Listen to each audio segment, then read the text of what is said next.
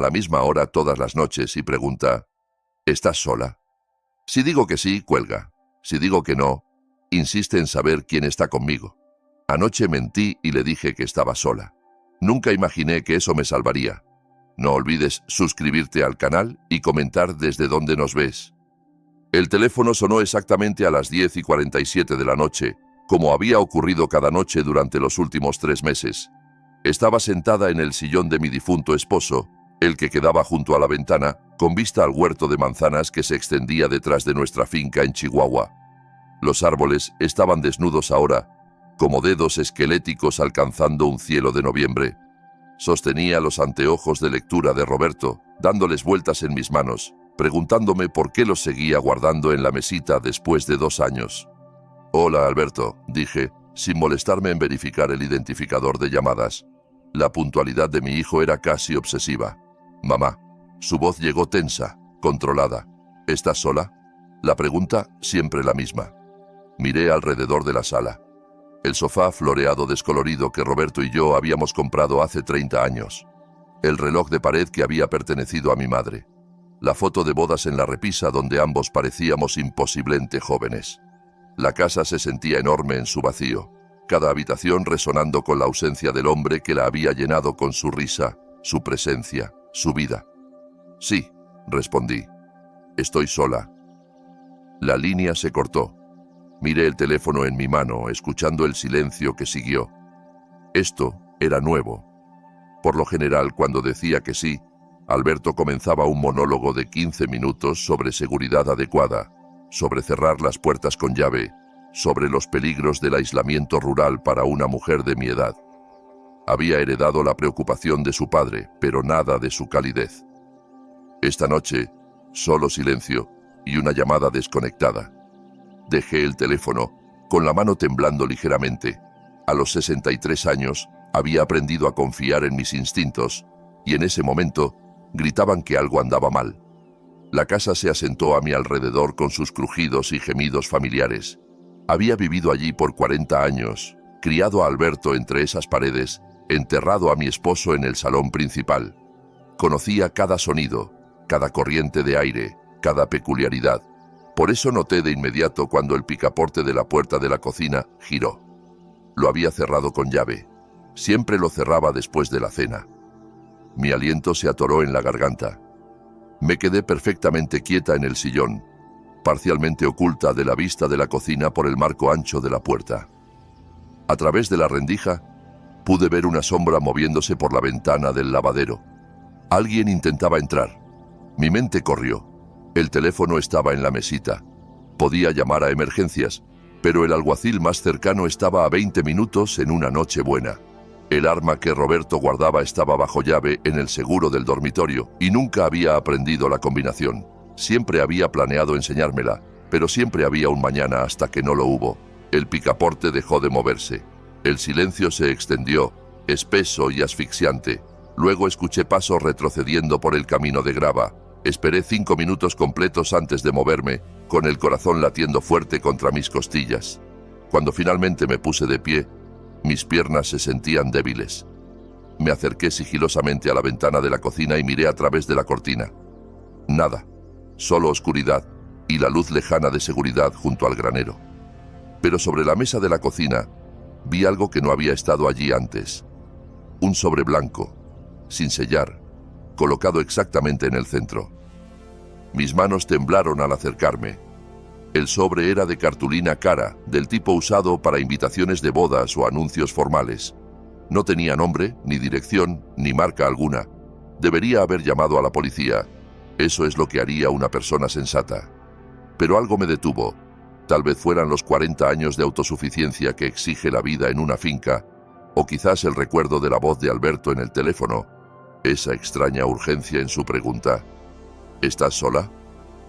Abrí el sobre. Dentro había una sola fotografía, vieja y ligeramente descolorida. Mostraba esta casa, mi casa, pero de al menos 30 años atrás, a juzgar por los manzanos jóvenes y el granero original que se había quemado en 1998. De pie frente a la casa había 4 personas. Roberto, guapo y joven con su ropa de trabajo, yo misma, apenas de 30, sosteniendo al bebé Alberto, y dos personas que no reconocía. Un hombre alto con cabello oscuro y una mujer con expresión severa. En el reverso, con una letra que no conocía, estaba escrito: La Sociedad, 1992. Algunas deudas nunca caducan. Mi boca se secó. 1992. El año en que compramos esta finca. El año en que Roberto llegó a casa un día con el pago inicial en efectivo, diciéndome que su tío había muerto y le había dejado una herencia. Nunca lo había cuestionado. Habíamos estado luchando, trabajando en 3 empleos entre los dos, soñando con tierra propia. El dinero había parecido un milagro, pero Roberto había sido hijo único, y ambos padres también lo habían sido. No tenía tío. Volví a girar la fotografía, estudiando los rostros de los extraños. El hombre tenía su mano en el hombro de Roberto de una manera posesiva, propietaria. La mujer me miraba con una expresión que ahora reconocía como algo cercano al desprecio. ¿Quiénes eran estas personas? ¿Y por qué alguien me dejaba esta fotografía ahora, 2 años después de la muerte de Roberto? El teléfono sonó de nuevo. Casi dejé caer la fotografía. Esta vez no era Alberto. El número estaba bloqueado. Hola. Mi voz salió más fuerte de lo que sentía. Señora Diana Hernández. Una voz de hombre, suave y educada, con el más leve acento de la Ciudad de México. Sí, soy Jaime Torres. Soy abogado. Me disculpo por la hora tardía, pero he estado tratando de contactarla por algún tiempo. Su hijo ha estado interceptando mis llamadas. Mi agarre se apretó en el teléfono. ¿De qué está hablando? Represento el patrimonio de Catalina y Guillermo Morales. Fallecieron hace 6 meses en un accidente automovilístico en Veracruz. Usted está nombrada en su testamento, señora Hernández, nombrada de manera prominente, de hecho. La habitación se inclinó ligeramente. Me senté con fuerza en la silla más cercana. No conozco a nadie con esos nombres. Tal vez no por nombre, dijo Torres con cuidado, pero creo que los conoció hace 33 años, cuando usted y su difunto esposo adquirieron su propiedad.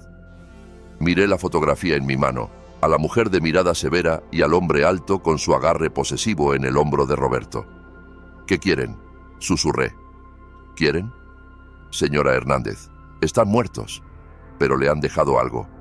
Algo que su hijo está muy ansioso por evitar que reciba. Dígame, ¿ha estado llamándola todas las noches preguntando si está sola? Mi sangre se heló. ¿Cómo lo sabe? Porque ha estado en mi oficina 3 veces tratando de obtener poder notarial sobre sus asuntos. Afirma que usted está experimentando un declive cognitivo, que no es competente para manejar sus propios negocios. Ha sido bastante insistente. Las palabras me golpearon como golpes físicos. Alberto, mi hijo, tratando de declararme incompetente. Eso es absurdo, dije, pero mi voz tembló. Estoy perfectamente capaz. Lo sé. Por eso necesitaba contactarla directamente. Señora Hernández, los Morales le dejaron un documento, un contrato firmado por su esposo en 1992 y una carta explicando todo. Pero necesito entregárselos en persona y debo hacerlo antes de que su hijo se dé cuenta de que hemos hecho contacto. ¿Qué tipo de contrato? Del tipo que la convierte en una mujer muy rica y del tipo que explica por qué alguien podría querer mantenerla aislada y confundida, señora Hernández. ¿Está realmente sola en esa casa? Pensé en el sobre la mesa, en la persona que había intentado entrar por la puerta. Ya no lo sé, dije honestamente. Escúcheme con atención. No le diga a nadie sobre esta llamada, ni a su hijo, ni a nadie. Estoy conduciendo desde la Ciudad de México ahora. Puedo llegar allá para la 1 de la mañana. ¿Puede quedarse despierta? ¿Puede mantenerse a salvo? Miré alrededor de mi cocina, la habitación donde había preparado 40 años de desayunos, donde había cuidado a Alberto durante sus enfermedades infantiles, donde Roberto y yo habíamos planeado nuestro futuro sobre innumerables tazas de café. De repente se sentía como territorio extranjero, lleno de sombras y secretos. Señora Hernández. La voz de Torres era urgente. ¿Está allí? Estoy aquí, dije. La estaré esperando. Mantenga sus puertas cerradas con llave. Si alguien llega a la puerta antes de que yo lo haga, incluso si es su hijo, no los deje entrar. ¿Entiende? Sí. Bien. La veo pronto. Colgó. Me quedé sentada en la cocina por un largo momento mirando la fotografía. La Sociedad, 1992. Algunas deudas nunca caducan. Roberto me había mentido. Alberto estaba tratando de declararme incompetente. Alguien había intentado entrar en mi casa, y 2 extraños de los que nunca había oído hablar habían muerto y me habían dejado... ¿qué? ¿Dinero?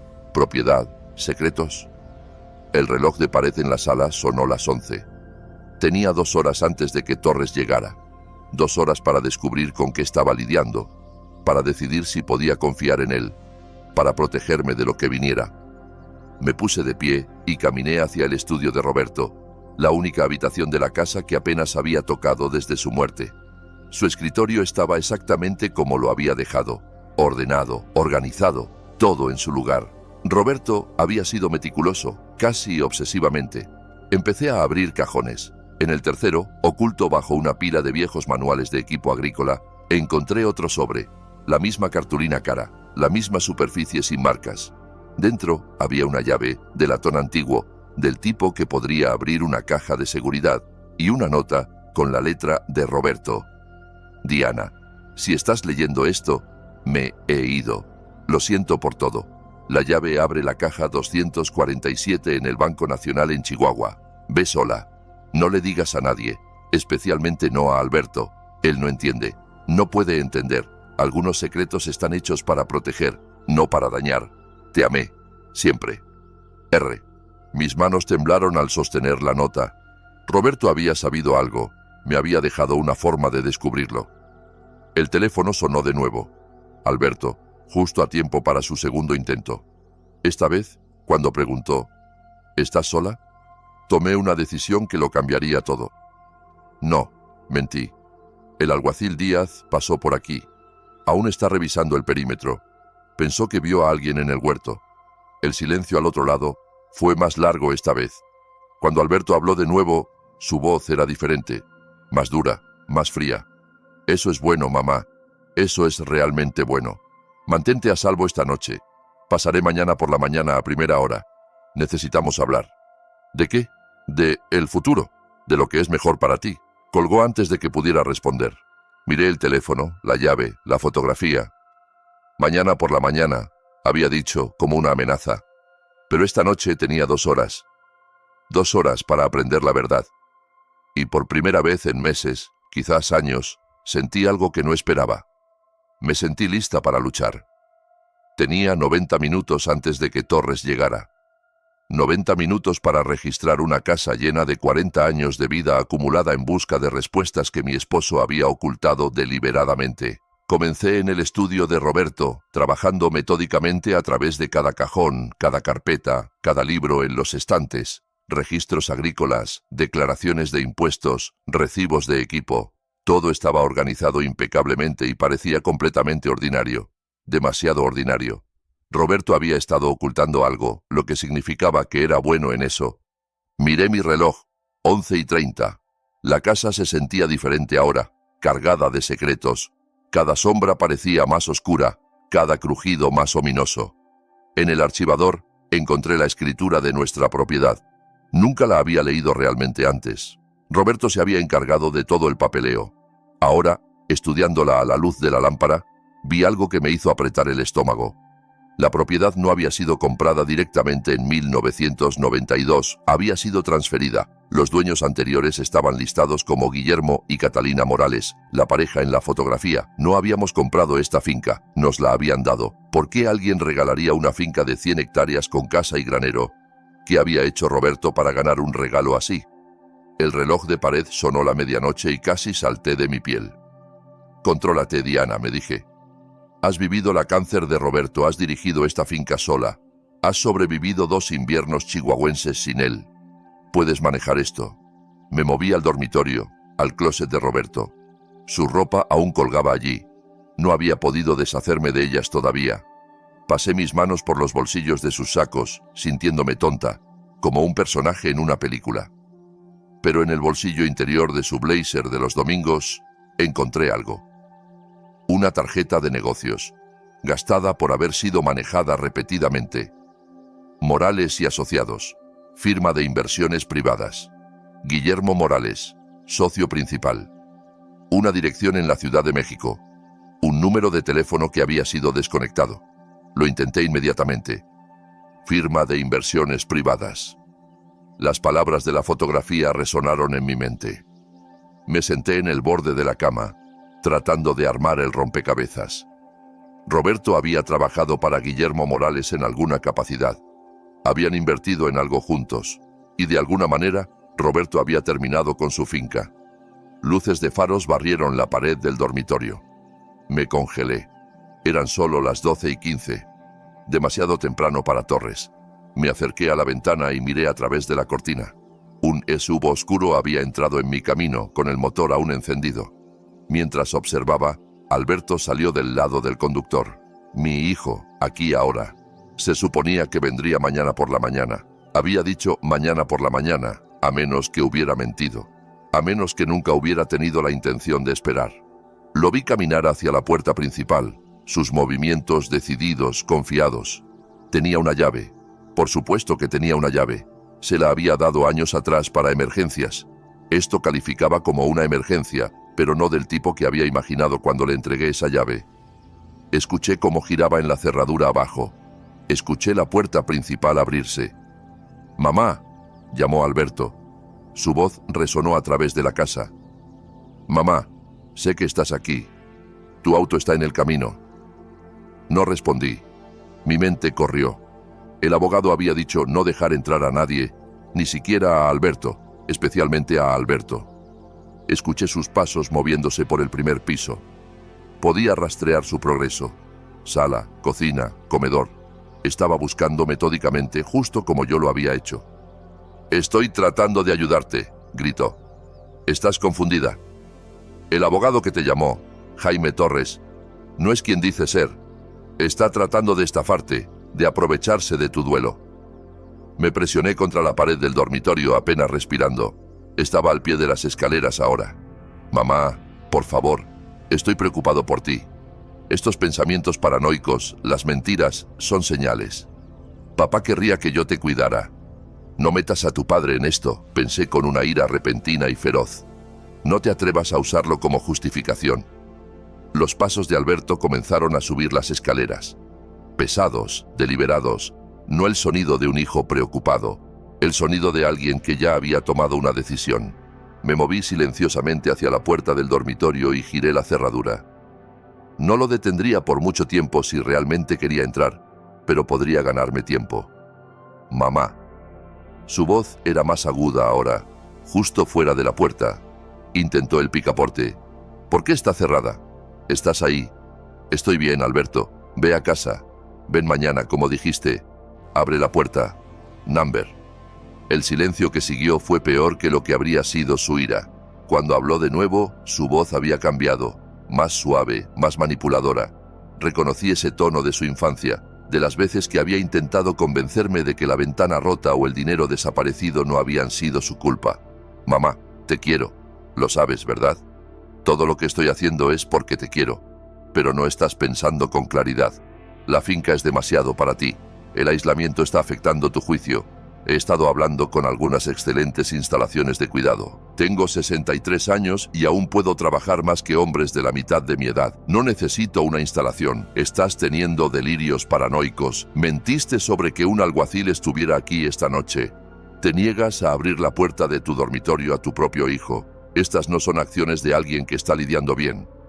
A través de la puerta, escuché otro sonido. Papel arrugándose. Había encontrado algo. «Interesante», dijo Alberto, su voz tomando un nuevo filo. «Una llave y una nota de papá, sobre una caja de seguridad en Chihuahua». Una pausa.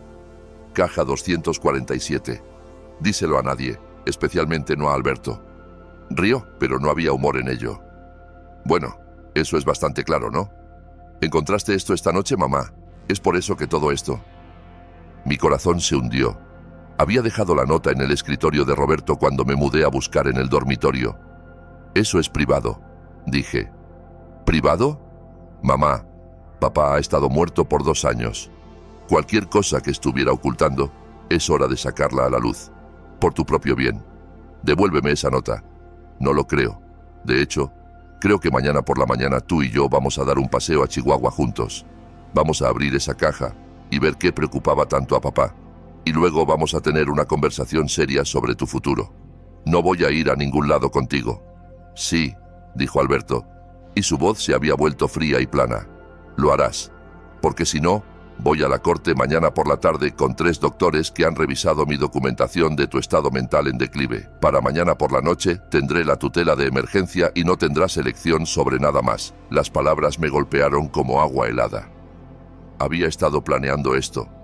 Las llamadas nocturnas, las preguntas sobre si estaba sola. Había estado construyendo un caso, documentando lo que llamaría evidencia de aislamiento y paranoia. No puedes hacer eso, dije, pero mi voz tembló. Puedo. Lo he hecho. La única pregunta es si haces esto fácil o difícil. Abre la puerta, mamá. Hablemos de esto como adultos. Necesito un minuto, dije. Déjame vestirme. Estoy en mi camisón. Tienes 2 minutos. Sus pasos retrocedieron ligeramente, pero podía decir que aún estaba justo fuera de la puerta. Me moví a la ventana.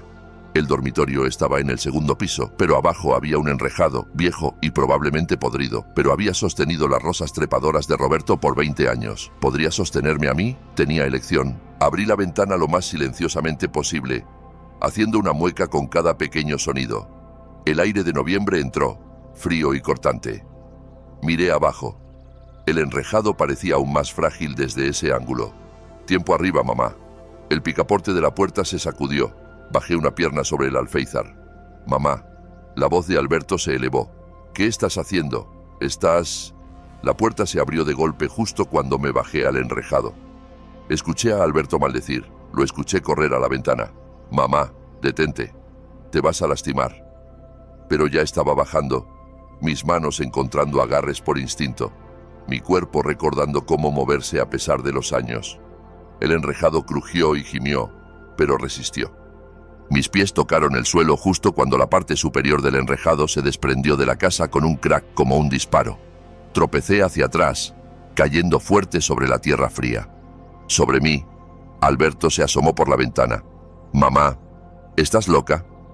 Me puse de pie, con la cadera doliendo, pero funcional, y corrí, no hacia el camino. Alberto me atraparía con su SUV. En cambio, corrí hacia el huerto, hacia la oscuridad entre los árboles desnudos. Mamá. Alberto estaba en su teléfono ahora. Podía oír su voz llevada por la noche. Sí, soy yo, está huyendo. Encontró la nota sobre la caja. Necesitamos adelantar el cronograma.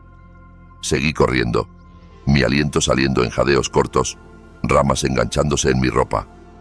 ¿A quién le hablaba? ¿Quién más estaba involucrado en esto? Llegué al viejo cobertizo de equipo en el borde lejano del huerto y me metí dentro, presionándome contra la pared. A través de las rendijas en las tablas, podía ver las luces de la casa. Podía ver la silueta de Alberto moviéndose por las habitaciones. Mi teléfono. Lo había dejado en la casa. Estaba sola en la oscuridad, en mi camisón y pantuflas, mientras mi hijo me cazaba a través de mi propia propiedad. La absurdidad habría sido graciosa si no fuera tan aterradora. Otro conjunto de faros giró hacia el camino. Por un momento loco, esperé que fuera Torres llegando temprano. Pero era un sedán, y vi a una mujer salir. Alta, elegante, abrigo caro. Raquel, la esposa de Alberto. Caminó hacia la casa como si fuera dueña de ella, y Alberto la recibió en la puerta. Hablaron en tonos bajos que no pude oír, pero su lenguaje corporal era claro.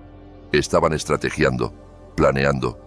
Raquel nunca me había gustado. Lo había dejado claro desde el momento en que Alberto la trajo a casa 8 años atrás. Encontraba la finca pintoresca y sucia, mi estilo de vida poco sofisticado. Pero nunca imaginé que ayudaría a Alberto a hacer lo que fuera que esto fuera, a menos que ella fuera quien lo había empujado. Temblé en el cobertizo frío, viendo a mi hijo y nuera cazarme.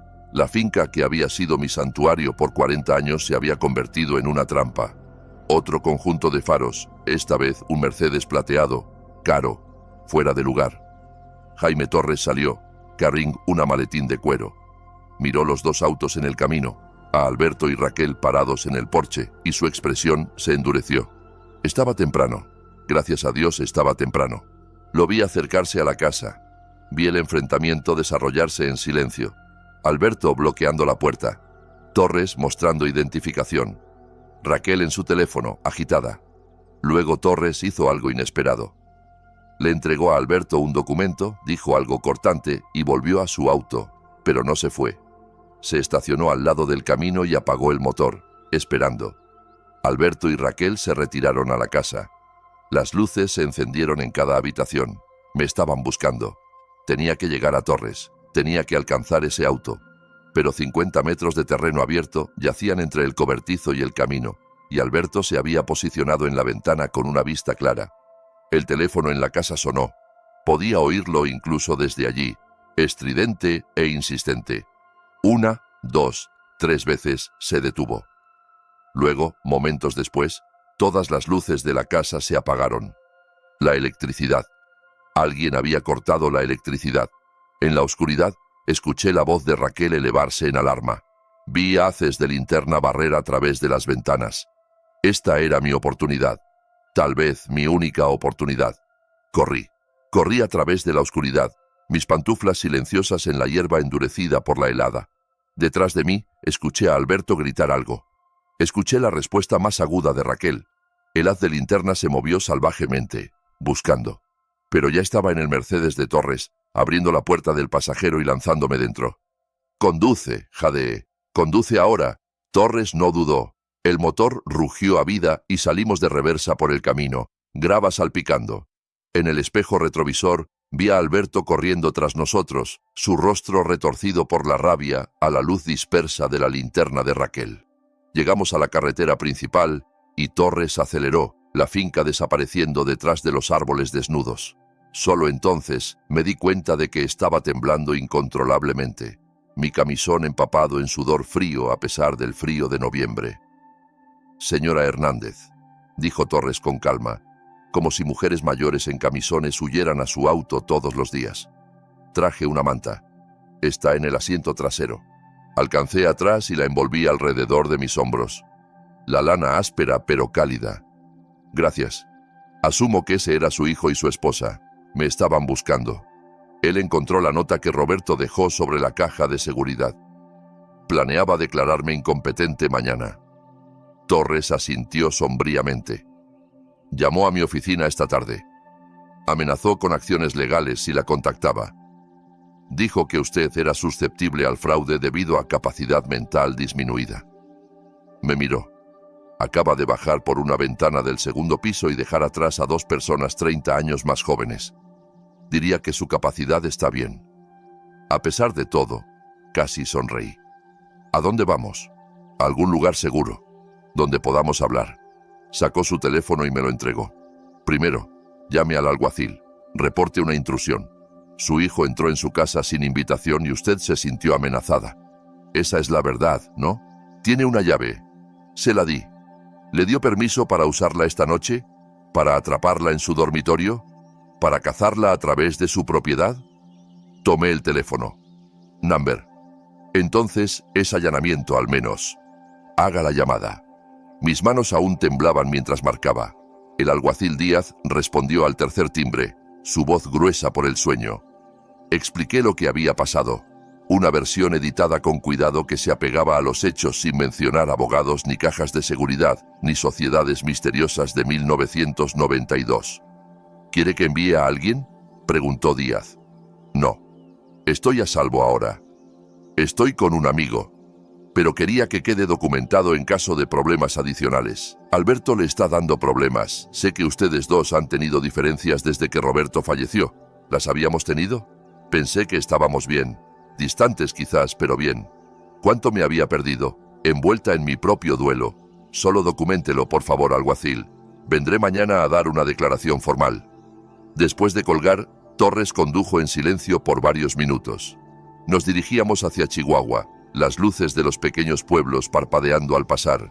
Finalmente, se estacionó en el lote de un restaurante abierto las 24 horas. Uno de esos lugares con cromo y neón que parecían congelados en el tiempo.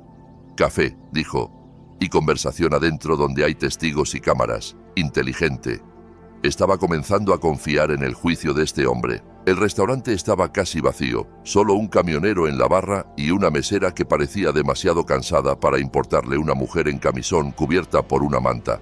Tomamos una cabina en la esquina y Torres ordenó café para ambos. Cuando la mesera se fue, abrió su maletín y sacó una carpeta gruesa. Antes de mostrarle estos documentos dijo: «Necesito explicar algo. Guillermo y Catalina Morales murieron hace 6 meses. Su auto cayó de un puente en Veracruz durante una tormenta. La policía lo calificó como accidente». Hizo una pausa. «No estoy convencido de que lo fuera». Mi taza de café se congeló a medio camino hacia mis labios. ¿Cree que fueron asesinados? Creo que sabían algo peligroso. Y creo que su esposo también lo sabía. Deslizó un documento sobre la mesa. Esta es la declaración de Guillermo Morales para mí, grabada 2 semanas antes de morir. Sabía que estaba en peligro. Quería asegurarse de que cierta información le llegara si algo le pasaba. Recogí el documento con manos temblorosas. Era una transcripción mecanografiada, legal y oficial, pero las palabras eran todo menos formales. Mi nombre es Guillermo Morales. Tengo 78 años y estoy en pleno uso de mis facultades. Esta declaración se hace voluntariamente y es testificada por Jaime Torres, abogado.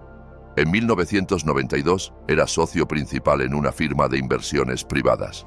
Nos especializábamos en capital de riesgo, pero también en ciertas transacciones irregulares, transacciones que involucraban dinero de fuentes que preferían permanecer anónimas. Roberto Hernández trabajaba para mí como contador. Era brillante con los números, meticuloso, confiable, o eso pensé. En la primavera de 1992, Roberto descubrió que había estado lavando dinero para una organización criminal, $3 millones en 2 años, canalizados a través de inversiones legítimas. Vino a mí con la evidencia. Esperaba que fuera a la policía. En cambio, me hizo una oferta. Quería salir. Desaparecer con su esposa e hijo para empezar una vida legítima lejos de la Ciudad de México. A cambio de su silencio, le daría mi finca en Chihuahua, la propiedad donde mi esposa y yo planeábamos retirarnos, y suficiente dinero para manejarla los primeros 5 años.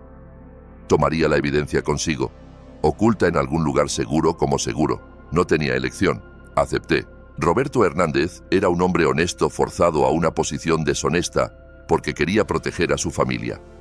No sabía, no podía saber que la gente con la que estaba involucrado no olvida. No perdona. He pasado 33 años mirando por encima del hombro. También Catalina. Y ahora nos han encontrado. Lo sé. Lo siento. Si estás leyendo esto, Diana, estoy muerto. Y Roberto ya está muerto. Eso no es coincidencia. La evidencia que Roberto tomó. Registros financieros, grabaciones, nombres. Aún está allá afuera. Me dijo que la había ocultado en algún lugar de la finca. En algún lugar donde solo la encontrarías si lo necesitabas. Dijo que eras más inteligente de lo que nadie te daba crédito y que si él moría inesperadamente, lo resolverías. Necesitas encontrarla, Diana. No por el dinero. Dios sabe que hay suficiente de eso. Y te dejo todo lo que tengo para compensar el peligro en que puse a tu familia. Necesitas encontrarla porque vienen por ti a continuación. Tu hijo Alberto no conoce la historia completa, solo piezas, suficientes para hacerlo peligroso, no suficientes para mantenerlo a salvo. Alguien llegó a él hace años, le dio información, lo volvió en contra tuya lentamente. Cree que está protegiendo el nombre de la familia, protegiendo su herencia. No se da cuenta de que está trabajando para la gente que mató a su padre. No confíes en nadie. Encuentra la evidencia y por el amor de Dios, mantente viva. Guillermo Morales. Leí la declaración 3 veces, mis manos temblando tanto que el papel traqueteaba. Cuando finalmente levanté la vista hacia Torres, mi voz salió como un susurro. Roberto fue asesinado. Lo creo. El diagnóstico de cáncer era legítimo, pero pienso que fue acelerado. Hay compuestos que pueden acelerar el deterioro celular, hacer que una enfermedad natural progrese más rápido, difíciles de detectar, especialmente en alguien ya terminal. ¿Pero por qué después de 33 años? Porque alguien empezó a hacer preguntas. Alguien con conexiones descubrió la vieja operación de lavado de dinero y comenzó a investigar. El nombre de Guillermo Morales surgió, y cuando lo hizo, alguien recordó a Roberto Hernández, el contador que desapareció con evidencia que aún podía destruirlos. Pensé en los últimos meses de Roberto. El rápido deterioro, cómo los doctores se habían sorprendido por lo rápido que el cáncer se extendió, cómo él había parecido casi aliviado al final, como si hubiera estado esperando algo peor. Él sabía, dije. Creo que sospechaba. Por eso te dejó la nota, la llave. Estaba tratando de darte una forma de protegerte. Y Alberto, el nombre sabía amargo en mi boca. Alberto está trabajando para ellos. No conscientemente, pero sí. Alguien lo ha estado manipulando, dándole información probablemente por años, haciéndole creer que estás perdiendo tu capacidad mental, que la finca debería venderse, que necesitas ser colocada en cuidado.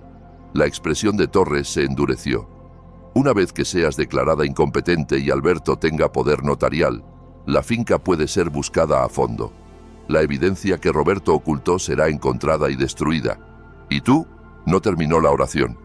No necesitaba hacerlo. Seré puesta en una instalación donde nadie creerá nada de lo que diga. Terminé. Donde puedo tener un accidente, una caída, un error de medicación. Sí. El camionero en la barra pagó su cuenta y se fue. La mesera rellenó nuestro café sin comentario. La normalidad de eso se sentía surreal. ¿Qué hay en la caja de seguridad?, pregunté. No lo sé, pero creo que es un mapa. Instrucciones. El comienzo del rastro hacia la evidencia real. Torres sacó otro documento. Este es el testamento de Guillermo Morales. Te dejó toda su herencia. 4 millones de dólares, la casa en Veracruz, todo. Pero hay una condición. Solo puedes acceder a ella una vez que encuentres la evidencia de Roberto y la entregues al FBI. 4 millones. La cantidad que Guillermo había lavado. ¿Pago por mi silencio o por mi peligro? Quizás ambos. Hay algo más, dijo Torres. Deslizó una fotografía sobre la mesa. Mostraba a un hombre de unos 50, cabello plateado, guapo en un traje caro. ¿Reconoce a este hombre? Estudié la foto. Algo en los ojos parecía familiar, pero no podía ubicarlo. Number. ¿Debería? Su nombre es Javier Cárdenas. Era el socio de Guillermo Morales en la operación de lavado de dinero. Ahora es un empresario muy exitoso. Legítimo, o eso parece.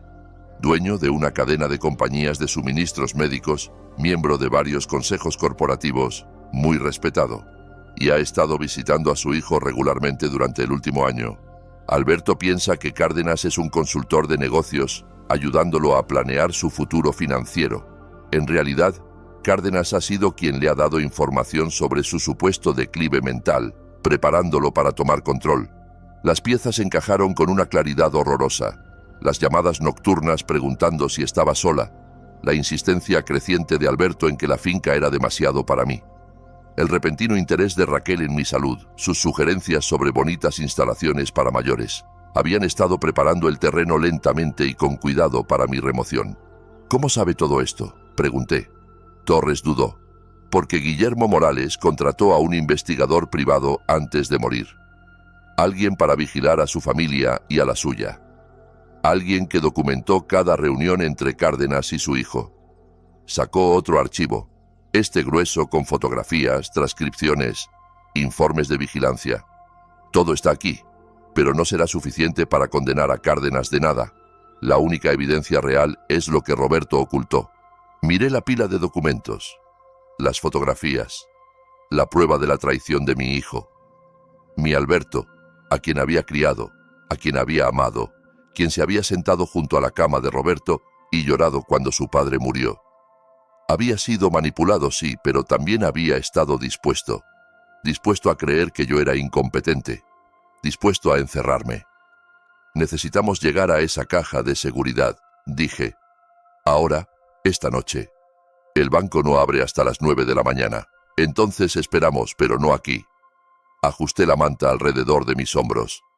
Cárdenas sabe sobre la caja ahora. Alberto se lo habrá dicho. Estarán esperando en el banco. He pensado en eso. Torres sacó su teléfono e hizo una llamada. Gregorio, soy Jaime. Necesito el favor. Sí, esta noche. Banco Nacional Chihuahua. Caja 247. 20 minutos. Eres un salvavidas. Colgó y sonrió. Gregorio Echeverría es el presidente del banco. Fuimos a la Facultad de Derecho juntos. Nos encontrará en el banco en 20 minutos con seguridad. Acceso privado, sin entrada pública, sin forma de que nadie sepa que estamos allí hasta que terminemos. Sentí una oleada de esperanza.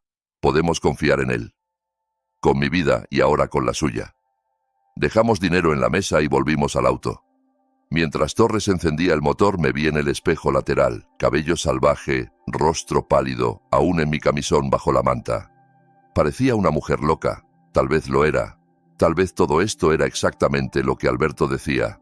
Delirios paranoicos provocados por el duelo y el aislamiento. Pero entonces recordé el frío en la voz de mi hijo cuando amenazó con la tutela.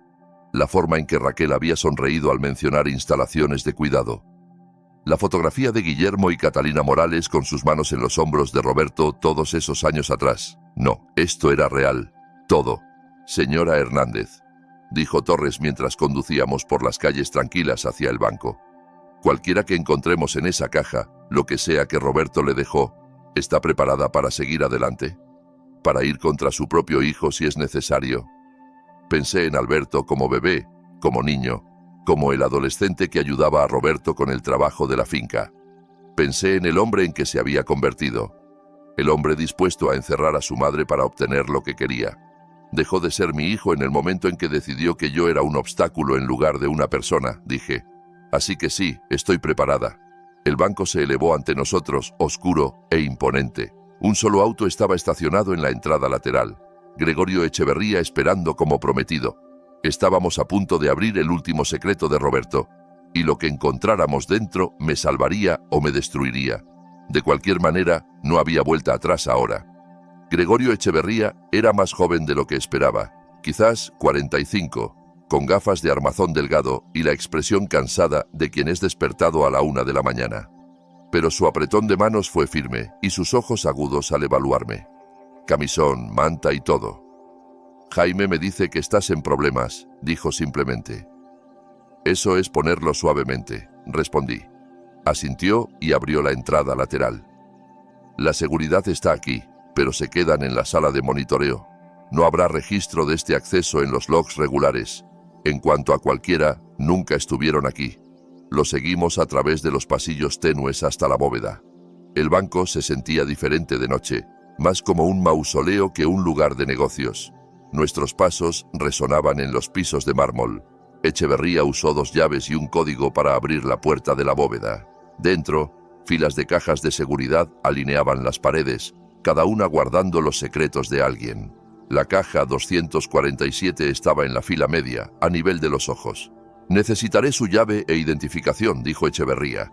Le entregué la llave de latón que Roberto me había dejado. No tengo mi identificación, está de vuelta en la casa. Echeverría miró a Torres, quien sacó su teléfono y le mostró algo. Probablemente fotos del investigador privado. Prueba de mi identidad. Echeverría lo estudió, luego me estudió a mí, y finalmente asintió. Suficiente por esta noche. Pero señora Hernández, oficialmente, este acceso nunca ocurrió. ¿Entendido? Entendido. Insertó ambas llaves, la maestra suya y la mía de latón. La caja se deslizó con un suave sonido metálico. Era más grande de lo que esperaba, quizás 60 centímetros de largo. Les daré privacidad, dijo Echeverría, y salió de la bóveda. Torres y yo nos quedamos mirando la caja. Esto era el mensaje final de Roberto para mí, oculto por 2 años, esperando el momento en que lo necesitaría. Levanté la tapa. Dentro había 3 ítems. Una unidad USB, una carta con la letra de Roberto y un pequeño diario de cuero. Mis manos temblaron al recoger la carta. El sobre estaba dirigido simplemente: Diana. Lo abrí. Mi querida Diana. Si estás leyendo esto, me he ido y te has encontrado en peligro. Lo siento tanto. Cada elección que hice, la hice para protegerte a ti y a Alberto. Pero veo ahora que algunas elecciones solo retrasan lo inevitable. En 1992 descubrí que mi empleador, Guillermo Morales, estaba lavando dinero para una organización criminal dirigida por Javier Cárdenas. $3 millones en 2 años. Tenía toda la prueba, registros financieros, conversaciones grabadas, todo lo necesario para enviarlos a ambos a prisión por 20 años. Debería haber ido a la policía. Eso es lo que habría hecho un hombre honesto. Pero pensé en ti, en el bebé Alberto, en el apartamento estrecho y los 3 empleos entre nosotros y en cómo siempre parecías cansada. Y pensé en esa finca por la que habíamos pasado, la que te había enamorado, con el huerto de manzanas y la vista a las montañas. Así que hice un pacto con el diablo. Cambié mi silencio por esa finca, por nuestro futuro. Morales aceptó porque no tenía elección. Cárdenas nunca lo supo. Morales mantuvo ese secreto para protegernos a ambos. Pero Morales me advirtió que si Cárdenas alguna vez se enteraba, si alguien descubría lo que había hecho, todos estaríamos muertos.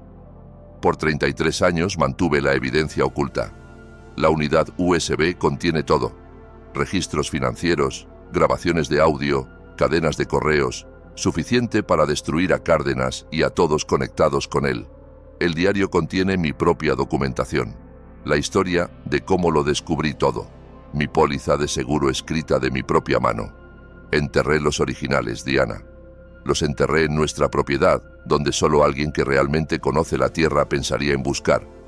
La USB es una copia, pero será suficiente para interesar al FBI. El diario les dirá dónde cavar, pero hay algo más que necesitas saber, algo que te dolerá, y lo siento por eso más que nada. Alberto sabe piezas de esta historia, no todo, pero suficiente para ser peligroso. Hace 10 años, encontró algunos documentos viejos en el granero, papeles que pensé había destruido. Me confrontó, exigió saber la verdad sobre la finca, sobre de dónde venía nuestro dinero. Le conté una versión de la verdad. Le dije que una vez trabajé para criminales, que les había robado para comprar la finca, que si alguien se enteraba, perderíamos todo. Le hice prometer mantener el secreto para proteger a la familia. Pensé que lo estaba protegiendo al decírselo. En cambio, le di un arma para usar contra nosotros dos. Porque Alberto no lo vio como yo pretendía. Vio a un padre que era un ladrón, que había construido todo sobre mentiras. Vio una finca que era propiedad robada, que podía ser quitada en cualquier momento. Y creo, Dios me ayude, creo que lo hizo avergonzarse. Cambió después de esa conversación, se volvió distante. Se casó con Raquel 6 meses después, una mujer que comparte sus nuevos valores: respetabilidad, legitimidad, distancia de cualquier cosa que pueda manchar el nombre de la familia. Si alguien ha llegado a Alberto, si alguien lo está usando contra ti, es porque es vulnerable a ello. Ya cree que su herencia es sucia. No tomaría mucho convencerlo de que protegerse a sí mismo significa traicionarte. Ojalá nunca le hubiera dicho. Ojalá hubiera ido a la policía en 1992 y tomado mis chances con la ley, pero no puedo cambiar el pasado. Solo puedo darte las herramientas para sobrevivir el futuro. La unidad USB y el diario comprarán tu seguridad, pero solo si los usas correctamente. No vayas a la policía local. Cárdenas tiene conexiones en todas partes. Ve directamente a la oficina del FBI en la Ciudad de México. Pide por la agente Sara Mendoza. Es confiable. Morales la verificó él mismo antes de morir. La evidencia está enterrada debajo del manzano más grande en el huerto, el que plantamos el primer año. Cava 5 pies directamente al centro del tronco. Encontrarás una caja metálica. Dentro está todo. Te dejo con una elección imposible, Diana. Usa la evidencia y destruye la reputación del padre de nuestro hijo. O quédate en silencio y arriesga tu propia vida. No puedo decirte qué hacer. Solo puedo decirte que te amo, que siempre te he amado, y que cualquiera que elijas, lo entenderé. Eres más fuerte de lo que sabes, más inteligente de lo que nadie, incluyendo yo, te dio crédito. Sobrevivirás esto. Lo sé. Perdóname si puedes. Tuyo para siempre, Roberto. Leí la carta 2 veces, lágrimas rodando por mi rostro. Torres se quedó en silencio a mi lado, dándome espacio para mi duelo. Roberto le había dicho a Alberto, había plantado las semillas de duda y vergüenza que habían crecido en esta traición. Mi esposo había querido proteger a nuestro hijo, pero en cambio lo había destruido. Y ahora tenía que elegir: salvarme revelando la verdad, o proteger la memoria de Roberto quedándome en silencio. Señora Hernández, dijo Torres gentilmente, necesitamos movernos. No podemos quedarnos aquí toda la noche. Asentí y recogí la unidad USB. Era sorprendentemente ligera para algo que sostenía tanto poder. El diario era delgado, encuadernado en cuero, lleno de la letra ordenada de Roberto documentando todo. Hay más, dije. Enterrado en la finca. Los originales.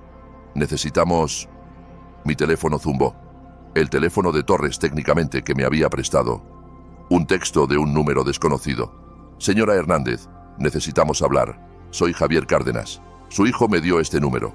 Entiendo que está molesta, pero le aseguro que todo lo que Alberto está haciendo es por su bien. Llámeme. Discutamos esto racionalmente. Mi sangre se heló. Tiene este número.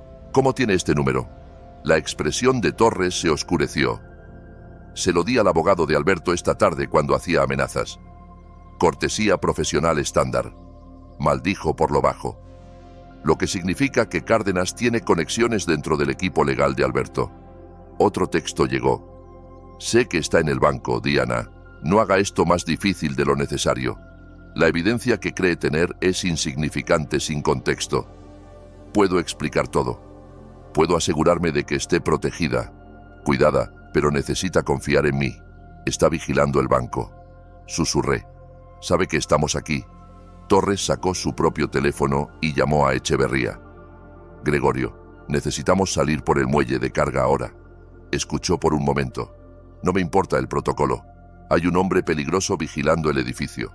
Me agarró el codo y me guió hacia la puerta de la bóveda. Vamos. Echeverría nos encuentra en la parte trasera del edificio con su auto. Corrimos a través de los pasillos. La unidad USB apretada en mi mano. El diario metido bajo mi brazo.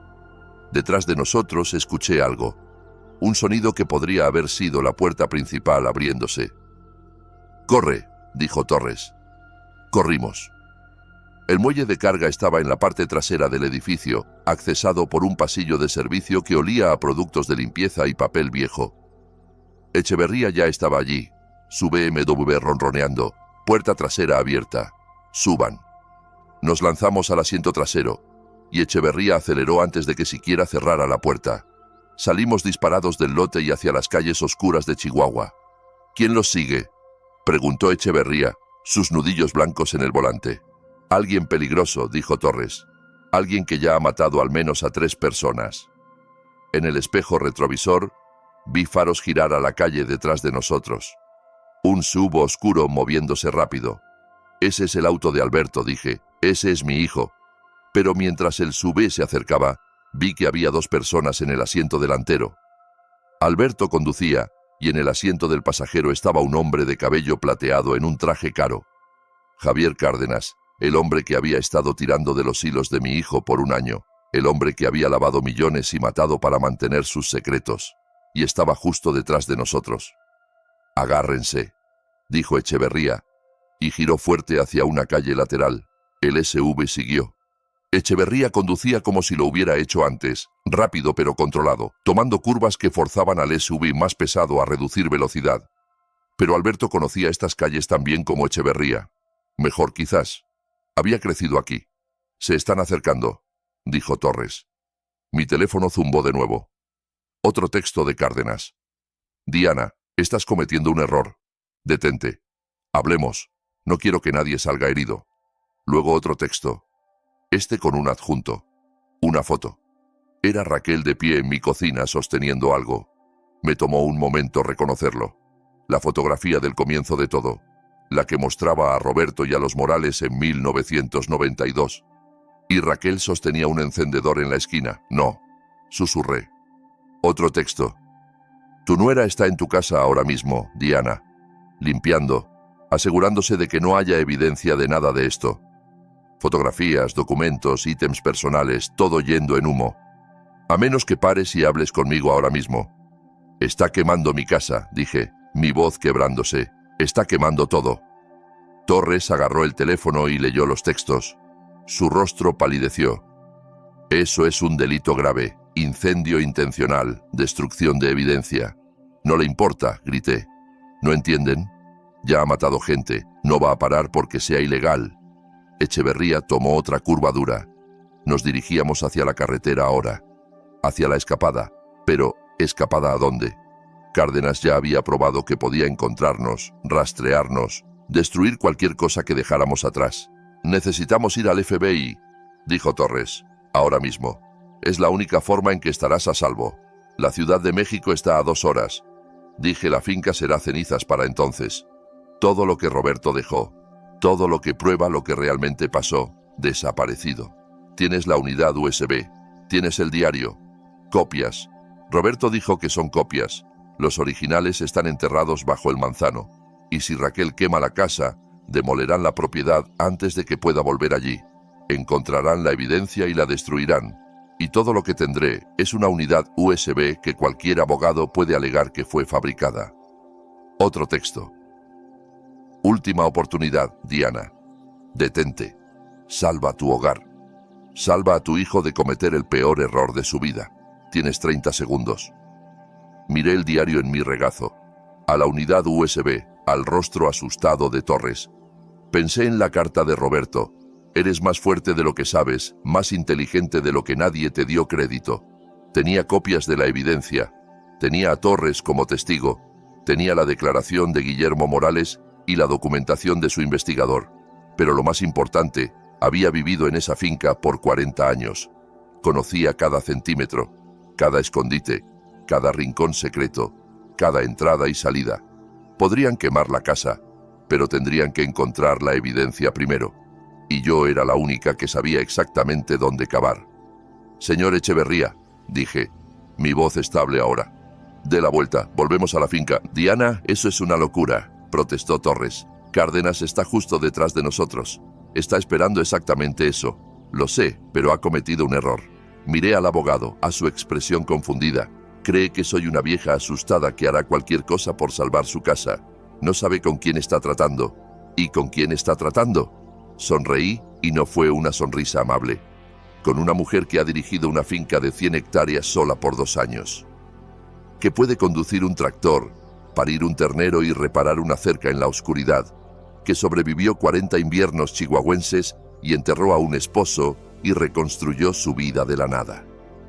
Apreté el diario más fuerte. Cree que la edad me hace débil. Está a punto de aprender lo contrario. Echeverría me miró por el espejo retrovisor. ¿Habla en serio? Completamente. Lléveme a casa, señor Echeverría. Es hora de terminar esto. Detrás de nosotros, el SUV de Alberto se acercaba. Delante, la carretera se dividía, un camino hacia la Ciudad de México y la seguridad, el otro hacia mi finca, y una confrontación final. Las manos de Echeverría se apretaron en el volante. Su funeral, señora. Giró hacia la finca y comencé a planear. Llegamos a la finca a las 2:47 de la mañana. La casa aún estaba de pie, pero humo salía de una de las ventanas de arriba, mi dormitorio. Me di cuenta con una sensación enferma. Raquel estaba siendo meticulosa, quemando habitación por habitación, dándose tiempo para buscar cualquier cosa incriminatoria antes de destruirla toda. Echeverría estacionó su BMW detrás del granero, fuera de vista de la casa. El SUV de Alberto entró en el camino 30 segundos después. A través de las rendijas en la madera del granero, vi a mi hijo y a Javier Cárdenas salir. Los vi conferenciando en voces bajas, sus rostros iluminados por el resplandor de la habitación en llamas. «Van a buscar en el huerto», dije. Raquel está adentro quemando evidencia, pero Cárdenas no parará hasta tener los originales. «Entonces necesitamos llegar primero», dijo Torres. «¿Dónde exactamente?» «El manzano más grande, centro del huerto. Pero no podemos solo caminar allí. Nos verán inmediatamente». Miré alrededor del granero, al viejo equipo, las herramientas, el desorden acumulado de 40 años de vida en la finca. Mi mente trabajó rápido, ensamblando un plan de la desesperación y el conocimiento íntimo de mi propia propiedad. «Señora Hernández», dijo Echeverría nervioso, «tal vez deberíamos llamar a la policía ahora. La casa está en llamas. Eso es suficiente. Para cuando lleguen, Raquel se habrá ido, y Cárdenas alegará que estaba tratando de ayudar a Alberto a chequear a su madre confundida, que dejó la estufa encendida». Negué con la cabeza. «No, necesitamos la evidencia primero. Luego llamamos al FBI, justo como dijo Roberto». Me moví más profundo en el granero, hacia el viejo tractor que Roberto había usado antes de actualizar hace 5 años. Aún funcionaba, lo había mantenido por sentimentalismo. Junto a él estaba el antiguo esparcidor de estiércol y una pila de equipo que habíamos usado para el proceso de certificación orgánica. «Aquí está lo que vamos a hacer», dije. 10 minutos después, conducía el tractor hacia el huerto, sus faros apagados, moviéndome lo suficientemente lento para que el ruido del motor se mezclara con los sonidos de la noche. Torres se sentó a mi lado, aferrando una pala. Echeverría se había quedado atrás para llamar a emergencias, reportando el incendio, no el resto. Aún no. Desde la casa, escuché la voz de Raquel gritando: «¡Están aquí!». Veo un auto detrás del granero, pasos corriendo. Alberto y Cárdenas dirigiéndose hacia donde habíamos estado. El tractor retumbó pasando la primera fila de manzanos. Conocía este huerto como conocía mis propias manos. Cada árbol, cada leve elevación en el suelo, cada línea de irrigación. Incluso en la oscuridad podía navegarlo perfectamente. El árbol más grande estaba en el centro exacto, un gigante nudoso que Roberto y yo habíamos plantado en nuestra primera primavera aquí. Habíamos sido tan jóvenes, tan llenos de esperanza, seguros de que todo crecería fuerte y saludable. Algunas cosas lo habían hecho, otras se habían podrido desde adentro. Detuve el tractor y bajé, mi cadera protestando después de la caída anterior del enrejado. Torres ya estaba cavando, sus manos de abogado citadino torpes con la pala, pero determinadas. Detrás de nosotros, escuché el motor del Suber rugir a vida. Faros barrieron el huerto. «¿Saben dónde estamos?», jadeó Torres. «Sigue cavando. Estamos cerca». Agarré una segunda pala del tractor y me uní a él, clavando la hoja en la tierra fría. 5 pies abajo, había dicho Roberto.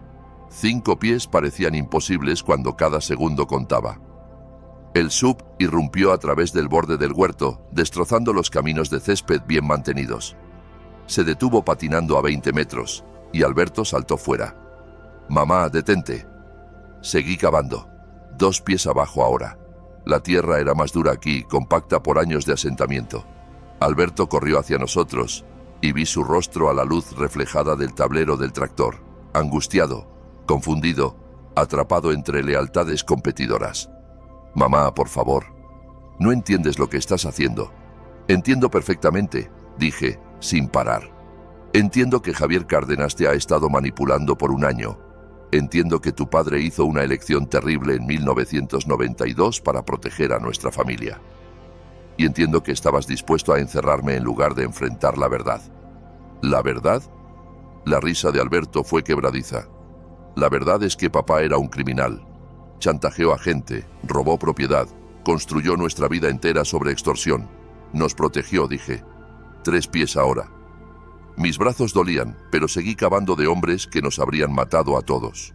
De un sistema que no le habría importado mantener unida a una familia joven. Hizo una elección imposible, y ha estado pagando por ella desde entonces. Cárdenas había salido del SUV ahora, moviéndose más lento, más cuidadoso. Estaba sonriendo, noté. Realmente sonriendo, como si esto fuera un juego divertido. «Diana», dijo, su voz suave como seda, «nos has llevado en una buena persecución, pero se acabó ahora. No puedes cavar lo suficientemente rápido, y aun si pudieras, ¿qué entonces? Entregas evidencia que destruirá la reputación de tu esposo, la herencia de tu hijo, el nombre de tu familia. ¿Para qué? ¿Venganza?». «Por justicia», dije. 4 pies. La pala golpeó algo con un clang metálico. La sonrisa de Cárdenas desapareció. «Alberto, deténla ahora». Alberto dudó, mirando entre mí y Cárdenas. En ese momento vi al niño que había criado, el que lloraba por pájaros heridos, el que me ayudó a cuidar a Roberto en sus días finales. Ese niño aún estaba allí, en algún lugar debajo de la manipulación y el miedo. «Alberto», dije suavemente, aún cavando alrededor del objeto metálico. «Tu padre te dejó una carta también. Está en la caja de seguridad. Léela antes de hacer nada más. Por favor». «No hay carta», espetó Cárdenas. «Está mintiendo». «Diana, aléjate del agujero». Había sacado un arma, pequeña, oscura, apuntada directamente a mí. Torres se congeló a media pala. «Cárdenas, guarda eso. Estás en cámara». «¿Qué cámara?». Cárdenas rió. «La que llevo puesta». Torres tocó su solapa donde una pequeña cámara botón era apenas visible. «Grabando todo, audio y video. Subiendo a almacenamiento en la nube en tiempo real. Dispara a alguien aquí y estarás en película cometiendo asesinato. Tu elección». No había sabido de la cámara. Torres había planeado por delante mejor de lo que le había dado crédito. La mano de Cárdenas vaciló, pero el arma se quedó arriba. Inteligente. Pero aquí está la cosa con los abogados. Mueren tan fácilmente como cualquiera. Y una vez que estés muerto, puedo destruir esa cámara y cada copia que hayas hecho. «No tendrás tiempo», dije. Había alcanzado la caja metálica ahora, la estaba soltando de la tierra porque el FBI ya está en camino. Le envié un texto a la agente Sara Mendoza hace 20 minutos desde el teléfono del señor Echeverría. Sabe todo. El lavado de dinero, los asesinatos, todo. No lo había hecho realmente, pero Cárdenas no lo sabía. Su rostro palideció. Estás blufeando. ¿Lo estoy? Saqué la caja metálica libre y la puse en el suelo. Estaba cerrada, pero tenía la llave. Otra de latón, gemela a la de la caja de seguridad que Roberto había dejado en su nota. Toda tu operación documentada en detalle. Registros financieros de 30 años atrás. Grabaciones de audio de tus conversaciones con Guillermo Morales. Todo lo que Roberto recolectó antes de hacer su trato. Entonces la destruiremos antes de que lleguen, dijo Cárdenas y levantó el arma más alto. Entrégala ahora. Number. Me puse de pie, la caja apretada contra mi pecho, y lo enfrenté. Una mujer mayor en camisón cubierta de tierra, exhausta y aterrorizada, pero absolutamente cierta. Vas a prisión, señor Cárdenas. Por asesinato, por lavado de dinero, por todo lo que has hecho, y nada de lo que hagas aquí esta noche cambiará eso. Mamá, la voz de Alberto se quebró. Mamá, por favor, te matará. Entonces me matará, dije simplemente. Pero no lo dejaré ganar. No después de lo que le hizo a tu padre. No después de que te usó contra mí. En la distancia, escuché sirenas, reales esta vez. El departamento de bomberos respondiendo a la llamada de Echeverría. Y detrás de ellas, quizás algo más. Más sirenas. Más cerca. Cárdenas las oyó también. Su expresión se endureció. Última oportunidad, Diana. Miré a mi hijo, al hombre en que se había convertido. Débil donde había esperado fuerza. Temeroso donde había soñado con coraje, pero aún mi hijo, aún salvable quizás si hacía la elección correcta. Ahora, Alberto, dije, tu padre te amaba. Todo lo que hizo, cada error que cometió fue tratando de darte una vida mejor que la que él tuvo. No dejes que este hombre, este asesino, te haga cómplice en mi muerte. No dejes que te convierta en algo de lo que no puedas volver. Alberto me miró, luego a Cárdenas, luego al arma, y hizo su elección. Se paró entre nosotros, bloqueando el tiro de Cárdenas. No, dijo Alberto. Su voz era estable ahora. Cierta. Baja el arma, Javier. Apártate del camino, Alberto. No seas estúpido. Dije no. Se acabó. Ella tiene razón. El FBI viene. Estás terminado. Pero yo no tengo que estarlo contigo. Aún puedo elegir quién soy. El rostro de Cárdenas se retorció con rabia. Patético. El disparo fue ensordecedor en el huerto quieto, pero no fue el arma de Cárdenas. Fue el alguacil Díaz, apareciendo desde detrás del sube con 3 deputies, su arma apuntada a la cabeza de Cárdenas. Suéltala. Suelta el arma ahora. Cárdenas se quedó congelado por un largo momento, el arma aún apuntada a la espalda de Alberto. Luego, lentamente, la bajó y la dejó caer al suelo. Díaz pateó el arma lejos y lo esposó con eficiencia practicada. Javier Cárdenas, estás arrestado por intento de asesinato, amenaza criminal y conspiración para cometer incendio intencional. Tienes derecho a permanecer. Los derechos. Miranda se desvanecieron en ruido de fondo mientras me hundía al suelo, la caja metálica aún apretada contra mi pecho. Mis manos temblaban tanto que apenas podía sostenerla. Alberto se arrodilló a mi lado, su rostro mojado con lágrimas. Mamá, lo siento tanto. Lo siento tanto. Lo miré. Realmente lo miré y vi al niño que había criado luchando por resurgir a través de años de manipulación, miedo y vergüenza. Elegiste bien, susurré. En el último momento, elegiste bien. Eso es lo que importa. Torres me ayudó a ponerme de pie mientras más vehículos llegaban, camiones de bomberos, más autos de policía y finalmente un sedán negro que gritaba autoridad federal. Una mujer de unos 40 salió, placa ya visible. Agente Sara Mendoza, FBI, dijo acercándose. Recibí una llamada muy interesante hace una hora de un abogado llamado Gregorio Echeverría. Dijo que Diana Hernández podría necesitar asistencia federal. Miró la caja metálica en mis brazos. Asumo que esa es la evidencia. Se la entregué, sintiendo el peso de 33 años levantarse de mis hombros. Todo lo que necesitan. Registros financieros, grabaciones de audio, documentación de una operación de lavado de dinero y 3 asesinatos. Guillermo y Catalina Morales, y mi esposo, Roberto Hernández. Mendoza tomó la caja con cuidado, reverentemente. Hemos estado investigando la organización de Cárdenas por 2 años. Esto podría ser exactamente lo que necesitamos para derribar toda la red. Miró a Cárdenas, ahora sentado en la parte trasera de un auto patrulla. Bien hecho, señora Hernández. Raquel fue sacada de la casa en esposas, su abrigo caro cubierto de ceniza. No me miró a los ojos. El departamento de bomberos estaba apagando mi dormitorio, aunque el daño era extenso, pero la casa sobreviviría, podría ser reparada, a diferencia de algunas cosas. Caminé de vuelta a donde Alberto estaba solo, observando todo con una expresión de shock. Hay una carta, le dije, en la caja de seguridad en Chihuahua. Tu padre la escribió hace 10 años después de contarte sobre el dinero. Léela. Explica todo. Las elecciones que hizo, las razones por qué, lo que quería para ti. No merezco. Léela de todos modos, y luego decide quién quieres ser. Pero Alberto, lo miré firmemente. Si eliges ser el hombre que Javier Cárdenas trató de hacerte, si eliges la codicia y la manipulación sobre la verdad y la familia, no vuelvas a esta finca. Reconstruiré sin ti. Asintió, lágrimas rodando por su rostro. Entiendo.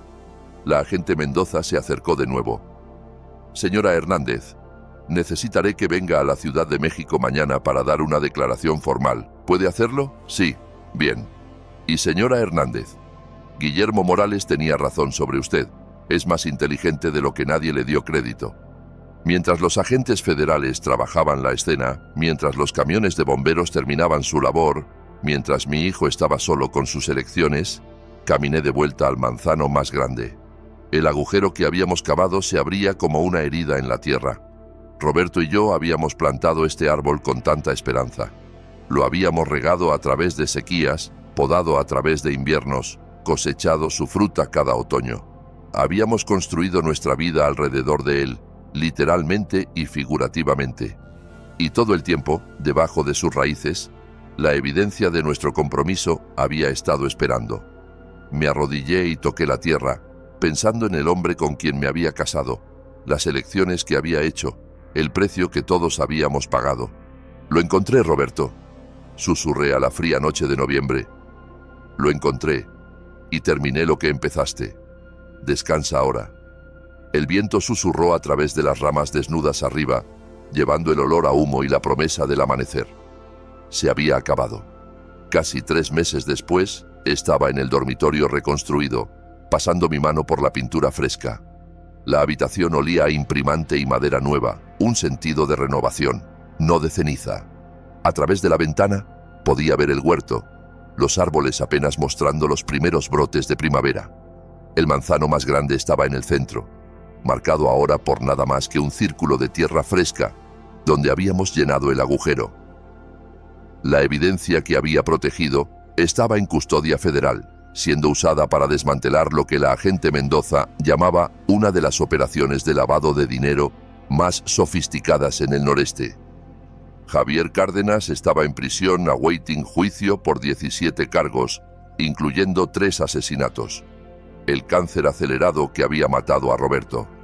Mendoza había encontrado al especialista que Cárdenas había contratado, un doctor que desde entonces había huido a Brasil, pero dejó atrás suficiente documentación para probar lo que habían hecho. El accidente automovilístico de Guillermo y Catalina Morales había sido reinvestigado, revelando sabotaje en los frenos que la investigación inicial había pasado por alto. Raquel había tomado un acuerdo de culpabilidad, aceptando testificar contra Cárdenas a cambio de una sentencia reducida. Estaría fuera en 5 años, quizás menos, con buen comportamiento. Nunca me había contactado, nunca se disculpó. No esperaba que lo hiciera. El timbre sonó, sacándome de mis pensamientos. Bajé las escaleras lentamente. Mi cadera aún dolía en mañanas frías, un recordatorio permanente de la noche en que bajé por el enrejado. Alberto estaba en el porche, sosteniendo una caja de panadería y luciendo incierto. Era su 4ª visita desde esa noche. Las primeras 3 habían sido breves, incómodas, ambos pisando con cuidado alrededor de todo lo que había pasado, pero seguía volviendo, seguía intentando, y eso contaba para algo. «Hola, mamá», dijo en voz baja. Traje pastel de café, del tipo que a papá le gustaba. Me hice a un lado para dejarlo entrar. «Gracias». Nos sentamos en la mesa de la cocina, la misma mesa donde había encontrado la fotografía que había empezado todo. Esa fotografía ahora era evidencia en un caso federal, junto con tantas otras piezas de mi vida. Pero tenía copias y recuerdos. y lentamente estaba reconstruyendo lo que había sido tomado. Leí la carta de papá, dijo Alberto después de un largo silencio. La del Safe Deposit Box. La he leído probablemente 50 veces ahora. Esperé. La segunda carta de Roberto había sido dirigida a Alberto explicando todo. No solo los hechos de lo que había pasado, sino las emociones detrás, el miedo, la desesperación, el amor que había impulsado cada elección. La había leído una vez, con permiso de Jaime Torres antes de que entrara en evidencia. Me había hecho llorar por días. Me amaba, continuó Alberto, su voz gruesa. Lo sabía intelectualmente, pero me había convencido de que el amor era condicional, de que si realmente me hubiera amado, no habría construido nuestra vida sobre una mentira. Y ahora entiendo que construyó nuestra vida sobre un sacrificio. Vio una oportunidad para darnos algo mejor, algo que él nunca tuvo, y la tomó, incluso sabiendo el riesgo, incluso sabiendo que tendría que cargar ese peso para siempre. Alberto me miró, sus ojos rojos. Pasé 10 años odiándolo por ser imperfecto, por no ser el héroe que imaginaba, y luego dejé que ese odio me convirtiera en alguien aún peor. Alcancé a través de la mesa y cubrí su mano con la mía. Elegiste bien cuando importó más. Te paraste entre mí y un arma cargada. Eso no es nada, Alberto. Debería haber sido antes. Debería haber visto lo que Cárdenas estaba haciendo. Debería haber cuestionado. Su voz se quebró. Casi te matan, mamá. Casi me convertí en cómplice de asesinato porque estaba tan atrapado en proteger mi propia imagen, mi propia reputación. Pero no lo hiciste. Paraste. Hiciste una elección. En el último segundo posible, después de meses trabajando contra ti, tratando de declararte incompetente, creyendo cada mentira que Cárdenas me dio. Se levantó y caminó a la ventana. El abogado con quien papá quería que leyera la carta, el que se suponía era ejecutor de su testamento. Cárdenas llegó a él primero. Le dijo que estaba preocupado por tu estado mental. Le pidió recomendar doctores que te evaluaran. Pensé que estaba siendo responsable. Pensé que estaba protegiendo a la familia. Lo alcancé en la ventana, mirando hacia la tierra que Roberto y yo habíamos construido juntos. Cárdenas era bueno en la manipulación. Tenía práctica. Sabía exactamente qué botones presionar, qué miedos explotar. No eres la primera persona que ha engañado, y no habría sido la última. Eso no lo excusa. No, estuve de acuerdo. No lo hace. Pero entenderlo es el primer paso para asegurarte de que no vuelva a pasar. Alberto estuvo quieto por un largo momento. Vi a Raquel ayer en la cárcel del condado. Me pidió que escribiera una carta al juez pidiendo clemencia. ¿Vas a hacerlo? Le dije que no. Se volvió hacia mí. Le dije que lo que hizo, ayudando a Cárdenas a quemar tu casa, destruir evidencia, atraparte, era imperdonable, que incluso si ambos habíamos estado equivocados sobre las elecciones de papá, lo que ella eligió hacer era algo más, algo criminal. ¿Cómo lo tomó? Dijo que estaba eligiéndote a ti sobre ella, que me arrepentiría. Rió amargamente. Aún no lo entiende. Aún piensa que esto es sobre lados, sobre lealtad, sobre quién gana. No entiende que es sobre bien y mal. Pensé en Raquel, en cómo había sonreído al sugerir instalaciones de cuidado, en cómo había sostenido ese encendedor en la fotografía. Algunas personas podían ser salvadas de sus peores impulsos. Otras número. Los papeles de divorcio llegaron la semana pasada, continuó Alberto. Es final. Ella no recibe nada de mí, y yo nada de ella. Corte limpio. Lo siento. No lo estoy. No más. Me miró con algo como la determinación de su padre. Mamá, sé que dijiste que podíamos hablar sobre lo que viene después, pero necesito decir algo primero. No estoy pidiendo perdón. No lo merezco. Lo que hice, lo que intenté hacerte, eso es algo con lo que tendré que vivir para siempre. Alberto, por favor, déjame terminar. Respiró profundo. Pero quiero intentar ser mejor. Ser el hombre que papá esperaba que fuera. El hombre que me criaste para ser antes de perderme. Y sé que eso empieza con acciones, no palabras. Así que estoy preguntando, ¿puedo ayudar con la finca? No como dueño, no como alguien con reclamo sobre ella, solo como alguien que quiere trabajar, aprender, reconstruir lo que ayudé a dañar. Estudié a mi hijo, el gris apareciendo en sus sienes ahora, las líneas alrededor de sus ojos que se habían profundizado en estos 3 meses. Parecía mayor, más cansado, pero también de alguna manera más sólido, más real. La siembra de primavera empieza en 2 semanas, dije lentamente. El huerto necesita poda. La cerca norte necesita reparación. Hay un nuevo sistema de irrigación instalándose que podría usar ayuda. La esperanza brilló en sus ojos. Podría hacer eso. Podría hacer todo eso. Es trabajo duro. Días largos. Tus manos se ampollan y tu espalda dolerá, y llegarás a casa exhausto cada noche. Lo sé. Y al final, aún podría no confiar en ti. Aún podría decidir que esta finca es solo mía, que perdiste tu derecho a cualquier parte cuando intentaste quitármela. Entiendo. Miré hacia el huerto de nuevo, a la tierra que le había costado a Roberto su integridad, su paz mental y finalmente su vida. La tierra por la que había luchado, que casi había muerto protegiendo. Era solo tierra, solo árboles y suelo y trabajo duro. Pero también era legado, familia, la manifestación física de cada elección que habíamos hecho, buena y mala. Estate aquí a las 6 de la mañana, dije, trae guantes de trabajo y usa ropa que no te importe arruinar. El rostro de Alberto se transformó. Gracias, mamá, gracias. No me agradezcas aún, veremos si duras una semana. Pero estaba sonriendo al decirlo, y él también. Después de que Alberto se fue, caminé sola al huerto. Era lo que hacía la mayoría de las tardes ahora, un ritual de recuerdo y renovación. Toqué la corteza de los árboles que Roberto y yo habíamos plantado juntos, noté cuáles necesitaban atención, planeé la temporada adelante. En el manzano más grande me detuve. Alguien había dejado flores. La agente Mendoza, que visitaba ocasionalmente para actualizarme sobre el caso. Se había convertido en algo como una amiga. Esta agente federal, que entendía que la justicia era más que cerrar casos. Señora Hernández. Me volví para encontrar a Jaime Torres caminando por el sendero, maletín en mano. Él visitaba también, usualmente con documentos que necesitaban firma o noticias sobre la herencia de Guillermo Morales. Los 4 millones eran míos ahora, legal y completamente. Había apartado la mayoría, incierta de qué hacer con dinero que llevaba tanto peso.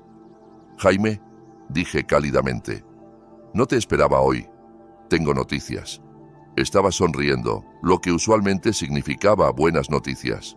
El último de los asociados de Cárdenas tomó un acuerdo de culpabilidad esta mañana. Mendoza dice que tienen suficiente ahora para encerrarlo de por vida, posiblemente múltiples cadenas perpetuas. Se acabó, Diana, realmente se acabó. Sentí algo aflojarse en mi pecho, una tensión que había cargado por tanto tiempo que había olvidado que estaba allí. Gracias por todo, por creerme, por ayudarme, por hacer mi trabajo. Negó con la cabeza. Diana, te salvaste a ti misma. Yo solo proporcioné un auto y algo de documentación. Todo lo demás, el coraje, la inteligencia, la pura determinación para verlo hasta el final. Eso fue todo tuyo. Roberto habría estado orgulloso, dije suavemente. Roberto habría estado agradecido, corrigió Torres. Te dejó las herramientas, pero tú eres la que resolvió cómo usarlas. Esa carta que dejó, dijo que eras más inteligente de lo que nadie te dio crédito. Tenía razón, pero incluso él no sabía cuán razón tenía. Nos quedamos en silencio cómodo por un momento mirando sobre el huerto. El sol se ponía, pintando el cielo en tonos de naranja y rosa. ¿Qué harás ahora?, preguntó Torres. Con la finca, con el dinero, con todo. Había estado pensando en esa pregunta por semanas. La verdad era que no necesitaba hacer nada dramático. No necesitaba empezar una fundación o viajar por el mundo o hacer gestos grandiosos. Esas eran las fantasías de gente que no entendía que a veces la victoria estaba simplemente en continuar, en sobrevivir, en elegir quedarse y construir a pesar de todo. Voy a dirigir mi finca, dije. Voy a reparar lo que fue dañado y plantar lo que necesita plantarse. Voy a ver a mi hijo intentar convertirse en un hombre mejor y decidir temporada por temporada si creo que sus esfuerzos son genuinos. Voy a tomar café con el alguacil Díaz una vez por semana y cena con Sara Mendoza una vez al mes. Voy a vivir. Eso es todo, eso es todo. Sonreía él. Tengo 63 años, Jaime. He sobrevivido la muerte de mi esposo, la traición de mi hijo, un intento de asesinato y una conspiración de 3 décadas. He aprendido que soy más fuerte de lo que pensaba. más inteligente de lo que me dieron crédito y más capaz de lo que nadie, incluyendo yo misma, creía. Eso no es nada. Eso no es pequeño. Eso es una victoria digna de celebrar cada día. Torres asintió lentamente. Eres notable, Diana. No, dije. Soy solo lo que toda mujer de mi edad es. Una sobreviviente que aprendió a usar su inteligencia en lugar de aceptar las definiciones de otros sobre sus limitaciones. Estamos en todas partes, Jaime.